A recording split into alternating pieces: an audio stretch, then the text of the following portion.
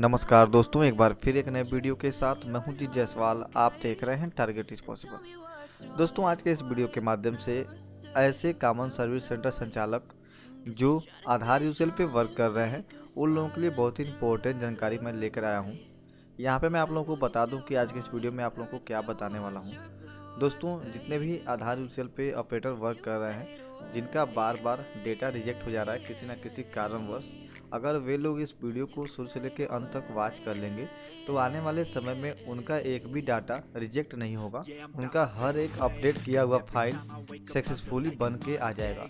लेकिन आपको बस इस वीडियो को शुरू से लेकर अंत तक जरूर देखना है। ऐसे ऑपरेटर जो नए आधार कार्ड बनाते हों या फिर अपडेट करते हों किसी भी कंपनी के साथ, वे लोग भी इस वीडियो को अवश्य देखें ताकि उनका भी किसी भी तरह का आधार अपडेट किया हुआ या फिर न्यू इनरोलमेंट किया हुआ डेटा रिजेक्ट ना हो। सभी ऑपरेटरों को मैं यहाँ पे एक बात स्पष्ट रूप से ये बता देना चाहता हूँ, ऐसा नहीं है किसी रेसिडेंट का अगर आप आधार इनरोलमेंट या आधार अपडेट कर रहे हैं तो केवल रिजेक्ट ही समस्या है। समस्या रिजेक्ट तक नहीं सीमित है। अगर ऐसा करते हुए अगर आपने एक लिमिट को पार कर दिया तो आप 5 साल के लिए ब्लैक लिस्ट हो सकते हैं। इसके अलावा आपके ऊपर पर डेटा 10 रुपये की पेनाल्टी या फिर 25 रुपये पर डेटा आपको पेनाल्टी लग सकती है।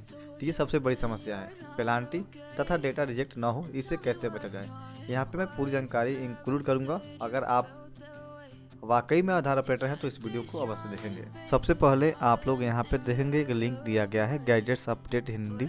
जैसे आप लोग इस पर क्लिक करेंगे आप लोग इस वेबसाइट पे आ जाएंगे। इस वेबसाइट पे आने के बाद अगर आप CSV ले हैं और चाहते हैं कि आज पूरे दिन में कौन सा नया अपडेट आया है तो आप लोग इस पर क्लिक करके आज के पूरे दिन का ट्विटर के माध्यम से या फिर किसी अदर सोशल मीडिया के माध्यम से CSC की तरफ से कौन कौन सी नई घोषणाएँ की गई हैं उसके संबंधित आप लोग यहाँ पर जानकारी ले सकते हैं। इसके अतिरिक्त अगर आप लोग चाहते हैं मेरे साथ जुड़ना व्हाट्सएप के माध्यम से तो यहाँ पे क्लिक करके आप लोग व्हाट्सएप के माध्यम से भी जुड़ सकते हैं। नीचे स्क्रॉल डाउन कर लेना होगा आप लोगों को। जैसे नीचे स्क्रॉल डाउन करेंगे यहाँ पे देखेंगे एक पोस्ट मैंने अभी रिपब्लिश किया है आधार यूजर रजिस्ट्रेशन के संबंधित। इसी पोस्ट में आपको पूरी जानकारी मिलेगी। नीचे स्क्रॉल डाउन कर लेना होगा और यहाँ पे देखेंगे मैंने अभी एक PDF फाइल अपडेट किया है जहाँ पे पूरी जानकारी मेंशन है।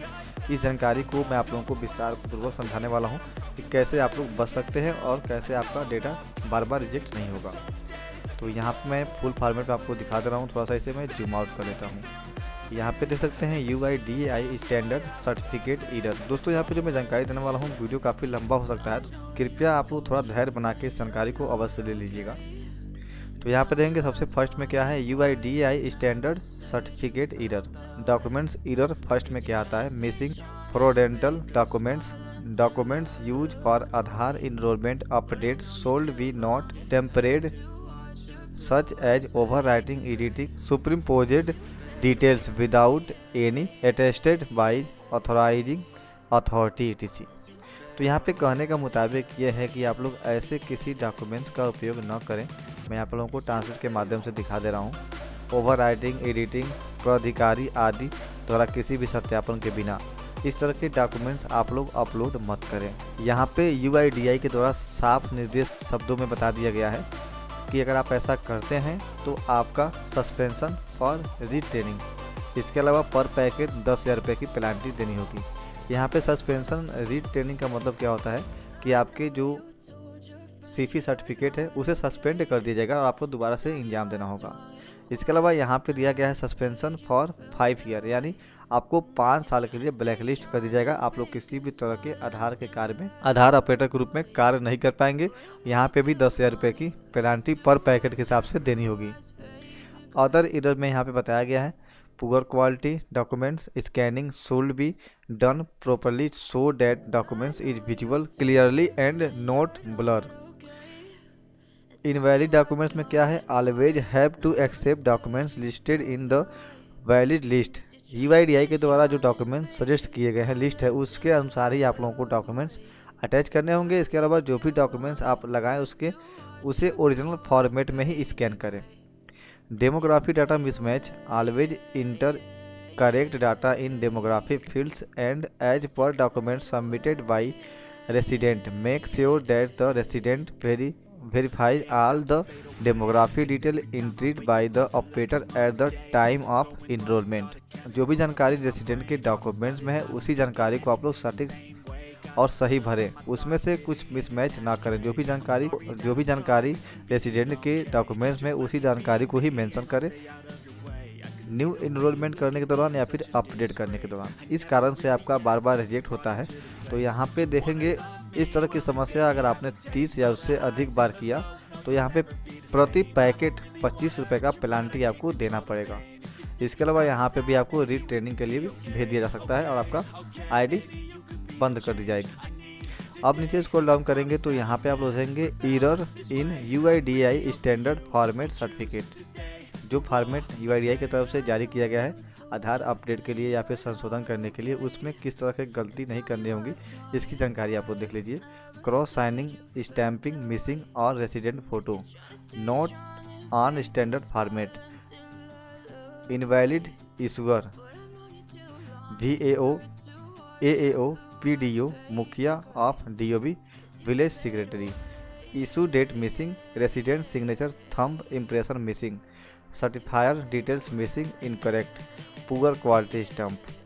तो यहाँ पे देखेंगे ये 7 रीज़न बताए गए हैं। अगर स्टम्प का जो मोहर लगाया गया है फॉर्मेट पे अगर वो पुअर क्वालिटी का है, अच्छे क्वालिटी का नहीं है, उसके भी कारण यहाँ पे आपका रिजेक्ट हो सकता है। तो यहाँ पे बताया गया है UIDAI की तरफ से किस तरह क्या करना है। तो यहाँ पे देखेंगे अधिकतर लोग क्या करते हैं, जो फॉर्मेट बनाया गया है UIDAI की तरफ से certificate for Aadhaar enrolment update के लिए, तो कई लोग यहाँ पे डेट नहीं मेंशन करते हैं। यहाँ पे आप लोगों को डेट मेंशन भी करना होगा। यहाँ पे जो डेट आपने मेंशन कर दिया है उस डेट से 3 महीने की अवधि तक ये फॉर्म वैलिड रहेगा। यहाँ पे ऊपर स्पष्ट रूप से बता दिया गया है। नीचे स्क्रॉल डाउन करेंगे तो यहाँ बताया गया कि रेसिडेंट का फोटो और स्टम्प का साइज चेहरे पे नहीं होना चाहिए, चेहरे से नीचे होना चाहिए और उस पर सिग्नेचर होना चाहिए। कई बार ऑपरेटर क्या होता है कि यहाँ पे रेसिडेंट का सिग्नेचर लेना भूल जाता है। इसके अलावा यहाँ पे जो इस फॉर्म को सर्टिफाइड कर रहे हैं उनका पूरा डिटेल भरना होगा, पूरा डिटेल भरना होता है, उनका मोबाइल नंबर भी भरना होता है। इसके अलावा किस लेवल के अधिकारी है उसके सामने भी टिक मार्क लगाना होता है। इसके संबंधित यहाँ पे जानकारी स्पष्ट रूप से दे दी गई है। और नीचे स्क्रॉल डाउन करेंगे तो यहाँ पे देखेंगे कुछ लोग इस फॉर्म को भरते हैं तो ब्लैक एंड वाइट में ही जमा कर देते हैं। अधिकतर आप लोग कोशिश कीजिए कि ये जो फॉर्मेट है रंगीन फॉर्मेट में हो। इसके अलावा इसमें जो अनिवार्य रूप से कॉलम दिए गए हैं उसे भरना भी आप लोगों के लिए ज़रूरी है।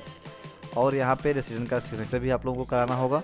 और इसके अलावा यहाँ पे जो सर्टिफायर है उनका डिटेल यहाँ पे देना होगा। इस फॉर्म में बताया गया कि सभी जानकारी अधूरी है। अगर इस तरह के फॉर्म आप लोग अपलोड करेंगे तो वे डायरेक्टली रिजेक्ट हो जाएंगे। यहाँ पे UIDAI की तरफ बताया गया कि यहाँ पे मोहर लग गया है लेकिन यहाँ पे क्रॉस सिग्नेचर नहीं किया गया, इस वजह से आप लोगों के फॉर्म रिजेक्ट हो सकते हैं।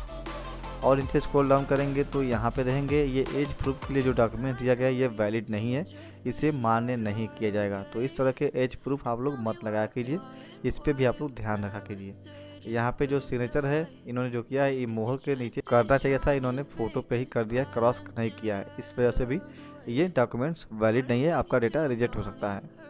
और नीचे स्क्रॉल डाउन करेंगे तो यहाँ पे रहेंगे ये ब्लैक एंड वाइट तौर पे आप लोगों को किसी भी डेटा को नहीं अपलोड करना है। जो भी डेटा है, जो भी डॉक्यूमेंट्स हैं, उन सभी डॉक्यूमेंट्स को रंगीन फॉर्मेट में ही आप लोग स्कैन कीजिए। और यहाँ पे आधी अधूरी जानकारी मत भरिए, जो भी जानकारी दिया गया उसे फिलअप करना होगा।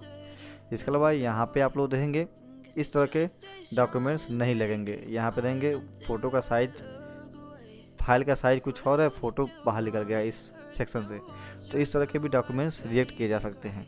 और नीचे स्क्रॉल डाउन करेंगे तो यहाँ पे देखेंगे कुछ जानकारियाँ हिंदी में भरी गई हैं, कुछ जानकारियाँ अंग्रेजी में भरी गई हैं या फिर किसी और लैंग्वेज में भरी गई हैं। इस फॉर्म में जो भी जानकारी भरे एक ही लैंग्वेज में पूरी जानकारी भरे, आधी अधूरी जानकारी ना भरे। यहाँ पे देखिए इन्होंने आधार नंबर ही इस फॉर्मेट में नहीं भरा है, तो यहाँ पे आप लोगों को आधार नंबर भी भरना ज़रूरी है। इसके अलावा यहाँ पे जो खंड दिए गए हैं, अगर मान लीजिए किसी का नाम अजय कुमार है तो अजय लिखने के बाद एक खंड छोड़कर ही कुमार लिखें, इसमें आप लोगों को स्पेस देना होता है।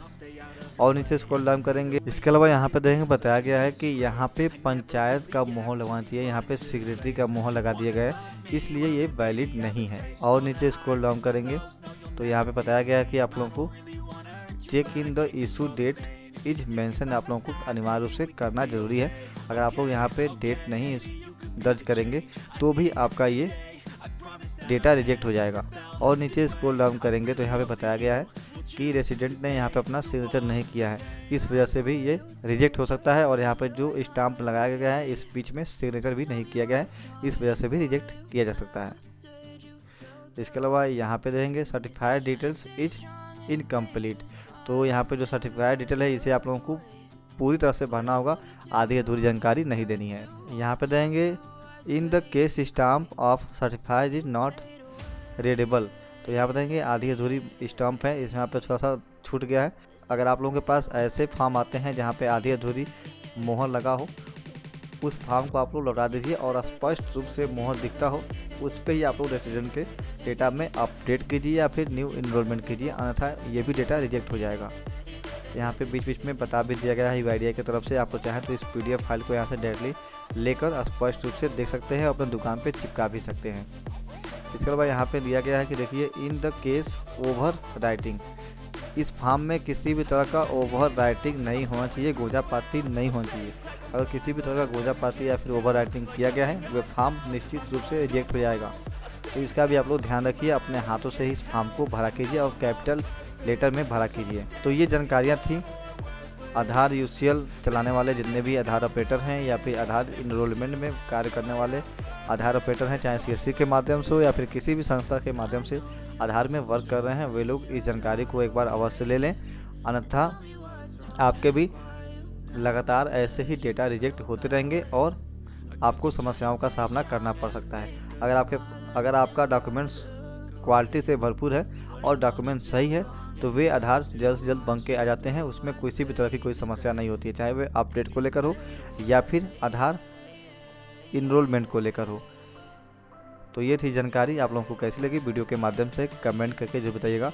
इसके अतिरिक्त यहाँ पे जो भी जानकारी मैंने दिया है, ये सब करने के बाद भी अगर आपका डेटा रिजेक्ट होता हो तो आप लोग कमेंट के माध्यम से ज़रूर बता सकते हैं। इसके अतिरिक्त आपके UCL के माध्यम से या फिर आधार इनरोलमेंट सॉफ्टवेयर के माध्यम से कितने डेटा रिजेक्ट हो गए या फिर डेटा रिजेक्ट की वजह से आपका ID ब्लैकलिस्ट तो नहीं हुआ है, इसके संबंधित आप लोग जानकारी कमेंट के माध्यम से अवश्य देंगे। वीडियो अच्छा लगा हो तो लाइक करें, शेयर करें और जितने भी आधार ऑपरेटर सुपरवाइजर हैं उनके पास इस वीडियो को जरूर शेयर कर दें। सो थैंक्स, जय हिंद, वंदे मातरम।